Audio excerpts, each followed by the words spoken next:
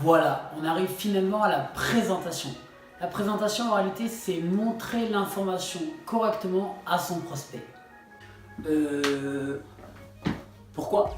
Il n'y a pas de réelle difficulté à montrer justement l'information puisqu'on utilise soit une vidéo, soit une présentation PowerPoint.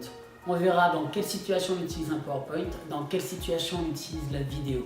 Les deux fonctionnent, les deux sont très bien. Mais selon la situation, il est préférable d'utiliser la vidéo et dans d'autres situations d'utiliser le PowerPoint, bien précis. Et du coup, comment? Il y a réellement 3 types de présentation. 1 à 1, c'est toi-même qui a ton invité, vous regardez ensemble la vidéo. Deuxième type de présentation, c'est 2 à 1. C'est toi et ton sponsor, puisqu'il t'accompagne pour tes débuts. Vous allez montrer la vidéo à l'invité. Et le troisième type de présentation, c'est ce qu'on appelle la travel party.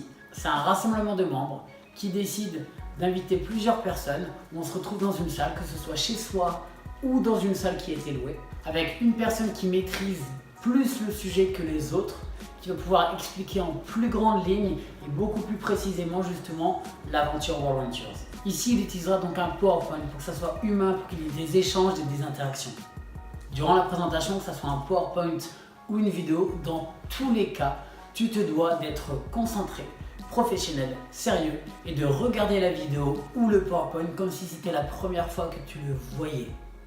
Quoi qu'il se passe durant la présentation, dans tous les cas, ton invité fera exactement ce que tu fais. Donc si tu es sur ton téléphone pendant que tu regardes la vidéo, ton invité sera aussi sur son téléphone. Si tu es complètement concentré et que tu regardes comme si c'était la chose la plus importante de ta vie, il regardera ça comme si c'était la chose la plus importante de sa vie. Pourquoi une personne rejoint l'aventure? C'est parce que premièrement, c'est toi qui lui présentes.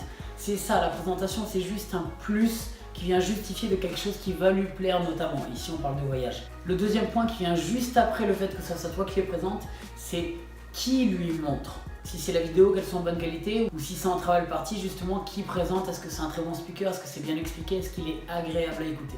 Si jamais tu fais des présentations et que l'invité n'est pas à tes côtés, on appelle ça une présentation longue distance. Dans tous les cas, c'est le même procédé. À la fin des 3 steps, donc la vidéo juste avant, tu envoies la vidéo, tu raccroches et tu t'arranges pour le revoir en ligne directement à la fin de la présentation. Il ne faut surtout pas qu'il soit dérangé pendant qu'il regarde la vidéo. Et c'est la même chose, si tu es à ses côtés, rien ne doit le déranger. Téléphone éteint, téléphone coupé et concentré. Tu n'auras jamais une deuxième occasion de faire une première bonne impression et c'est la même chose pour les présentations. Est-ce que tu auras un exemple?